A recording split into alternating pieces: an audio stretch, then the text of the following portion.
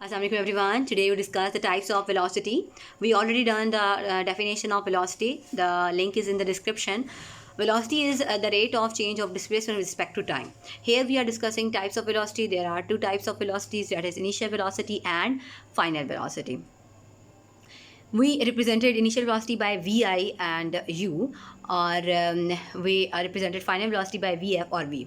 There are two representations. Somewhere we are using initial velocity by Vi and final velocity by Vf, and in some other books we represented initial velocity by U and final velocity by V. Let's discuss this concept with the example. अगर हमारे पास एक car है जो कि हम कहते हैं कि ए पॉइंट से मूव कर रही है. अब ए पॉइंट पे अगर वो खड़ी हुई है गाड़ी, तो उसकी इनिशियल वेलोसिटी क्या होगी? उसकी इनिशियल वेलोसिटी हमारे पास होगी ज़ीरो.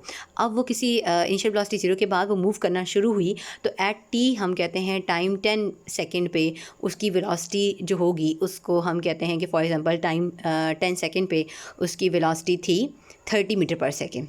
तो जो ये वेलोसिटी उसने टाइम 10 सेकेंड पे अटेन की है, वो आपकी वेलोसिटी क्या होगी? फाइनल वेलोसिटी होगी.